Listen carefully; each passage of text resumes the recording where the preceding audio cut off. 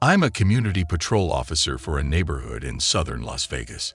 If you aren't familiar with this occupation, it's nothing like a police officer or anything.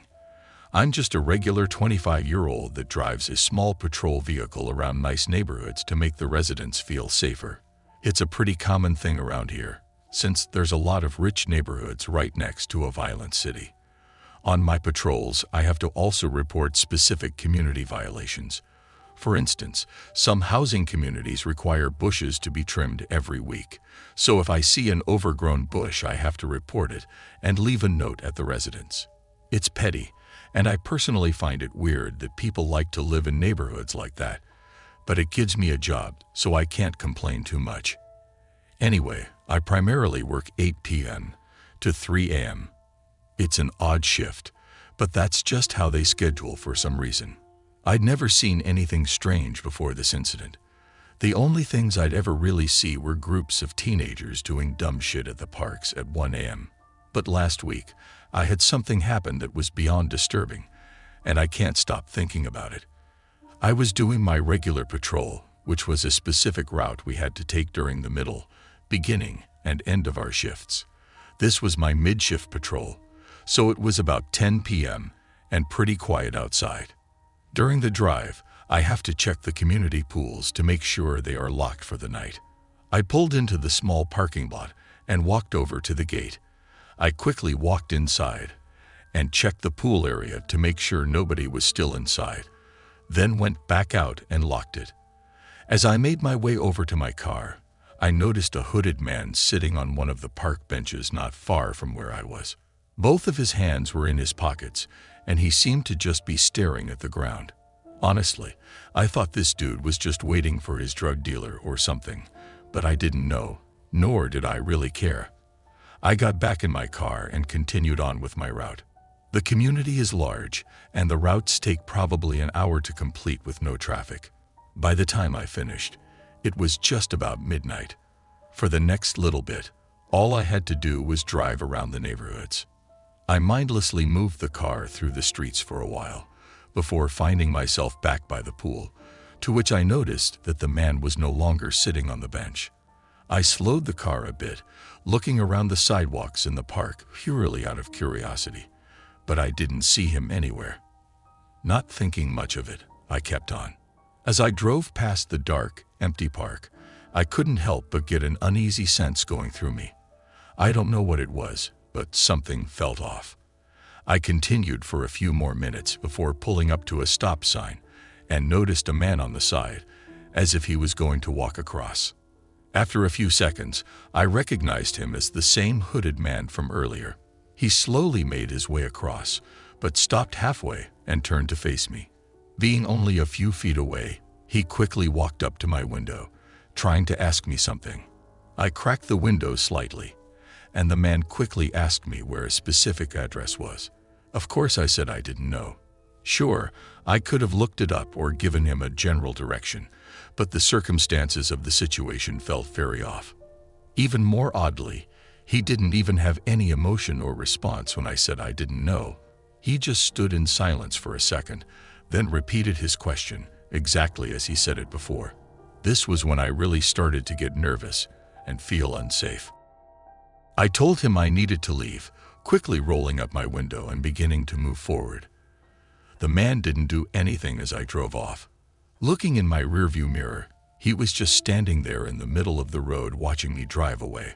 I parked down by a nearby street by one of the houses, then collected my thoughts. It was a weird encounter, but was it reason enough to call the police? I didn't know.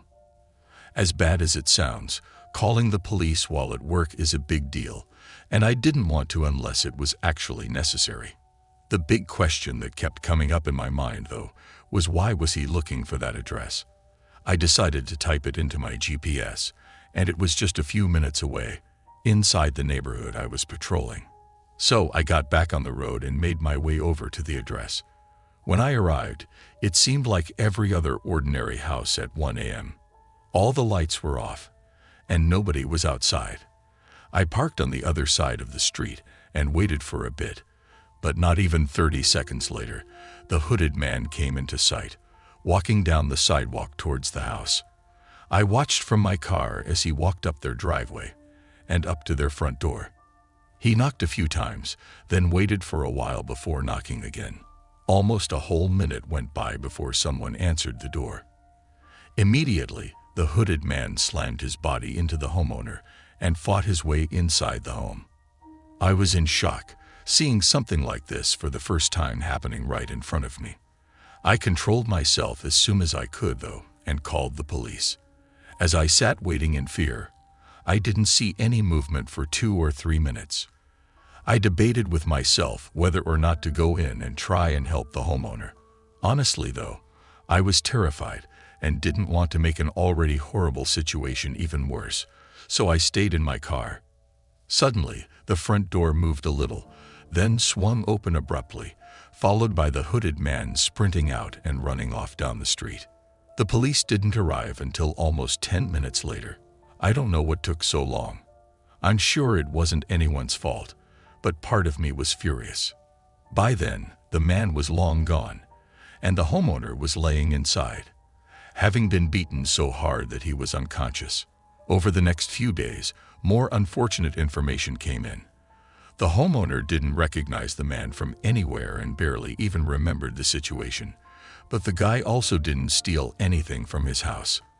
This was very unusual because the man had clearly known of homeowner's address, and his only known goal was to hurt the homeowner.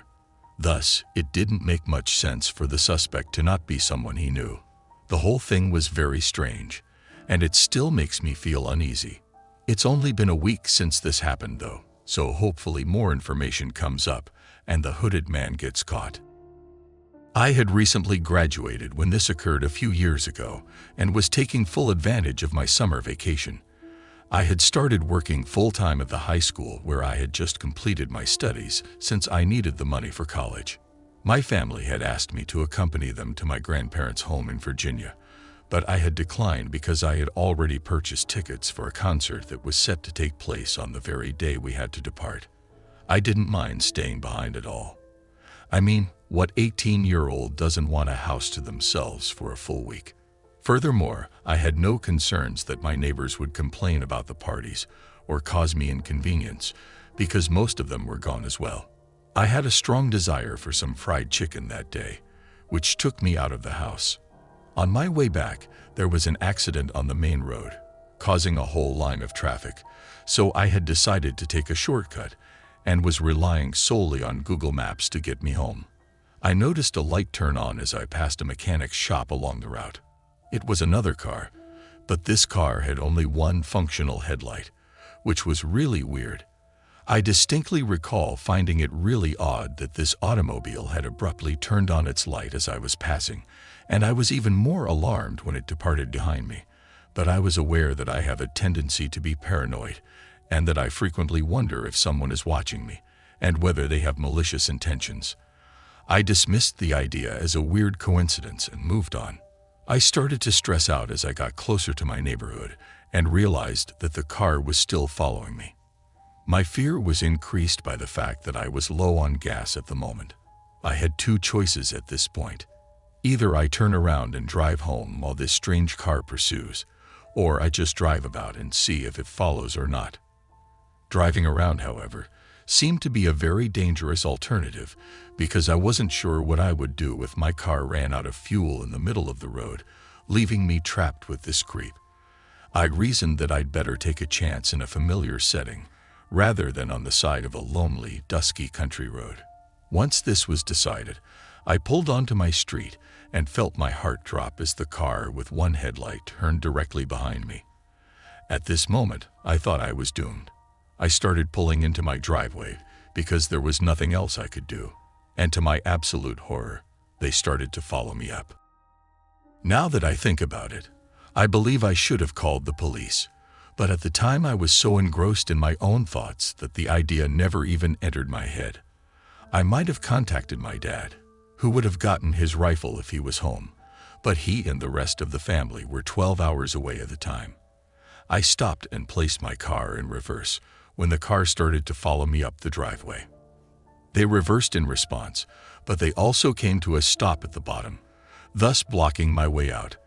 I started moving forward again, but everything just kept repeating. I drove, they followed. I reversed, and they blocked my exit, over and over again a couple of times. Finally, I hurriedly pulled further up the driveway and swung my car around to confront them. They had already covered more than half of my driveway by this point. I was afraid, alone, and furious. I opened the car door and stepped out with my small pocket knife firmly in my right hand and my headlights blazing directly into their face. Because I've always been naturally paranoid, as I've already mentioned, I used to keep a small knife between my seat and the car door. I shouted at them, holding the knife out. I merely hoped that they would be panicked. I think they might have believed I was a girl or weak, or maybe had not expected me to react so aggressively. They backed out of my driveway gradually and slowly made their way down the street. But then they parked their car by a neighbor's house down the road, and through the darkness, I could see someone get out. It was at this point that I began to think more clearly and quickly ran inside and called the police. I then went over to the front window, looking out at the dark neighborhood streets, but couldn't see any movement. My adrenaline was fading, and I began to panic even more than I was when I was standing in the driveway. Just then, footsteps were heard running around the outside of my house, followed by a nearby window shaking as they tried to forcefully open it. I was terrified and losing my mind in the panic of the moment.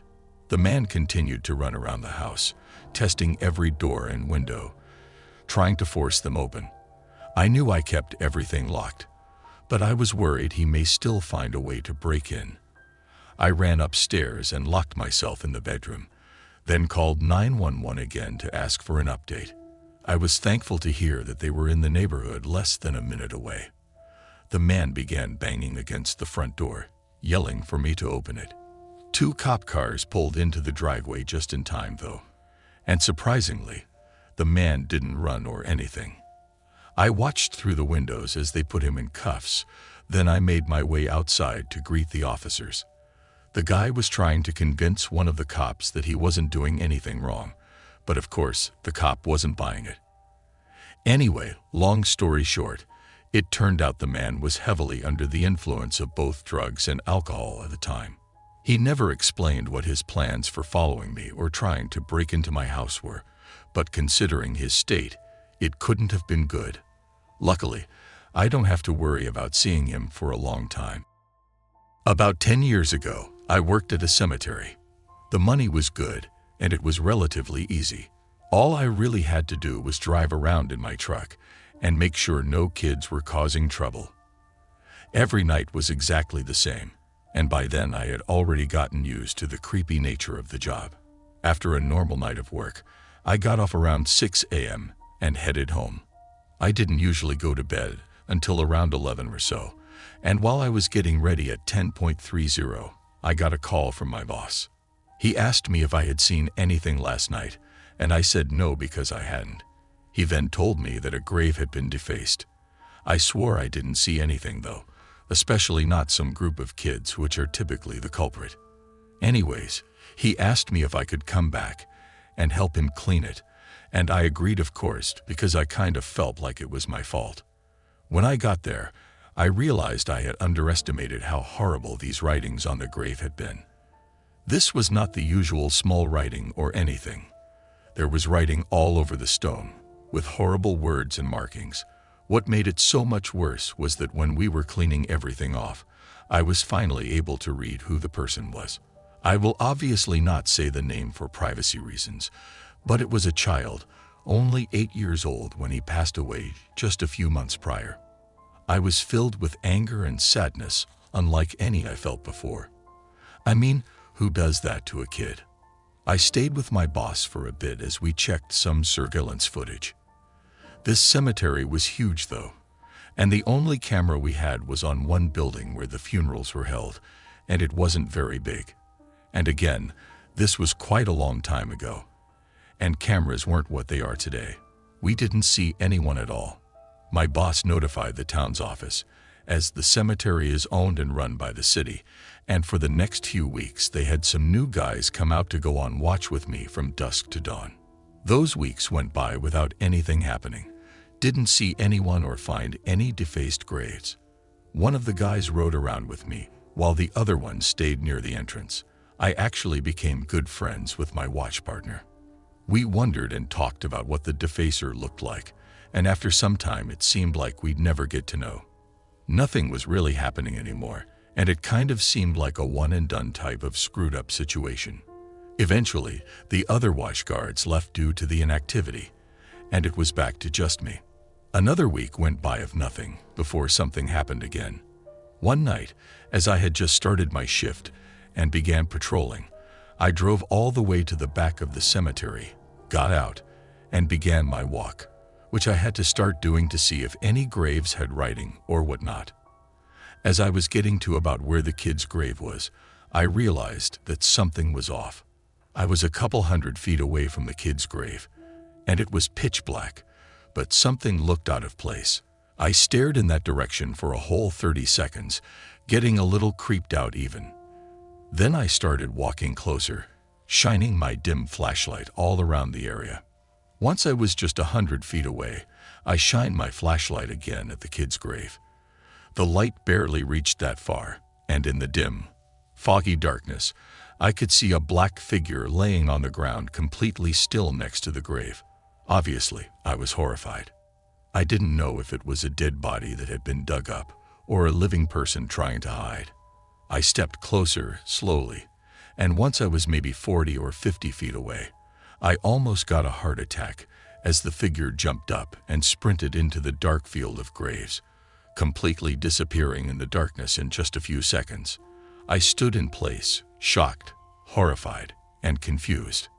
Once I got a hold of myself, I ran back to the truck and radioed for the police. Then I went back over to the kid's grave. I warn you, what I saw was really disturbing. In front of the gravestone was a hole. It wasn't a big hole, nothing done from a shovel, but more like someone's hands. It didn't even go very deep, maybe just a foot. Either way though, someone had tried to dig up this child's grave with their bare hands, and it made me sick. I'm not sure what the person was trying to achieve, and unfortunately we never figured out who did it, but rest assured it never happened again. The town hired 2 new people permanently, and one of us always kept watch over that grave, specifically while the other 2 scouted the area. The city also had more people on watch throughout the day as well. To this day, that's been by far the worst thing I've seen while doing graveyard work. No ghosts, no creatures, just horrible human beings.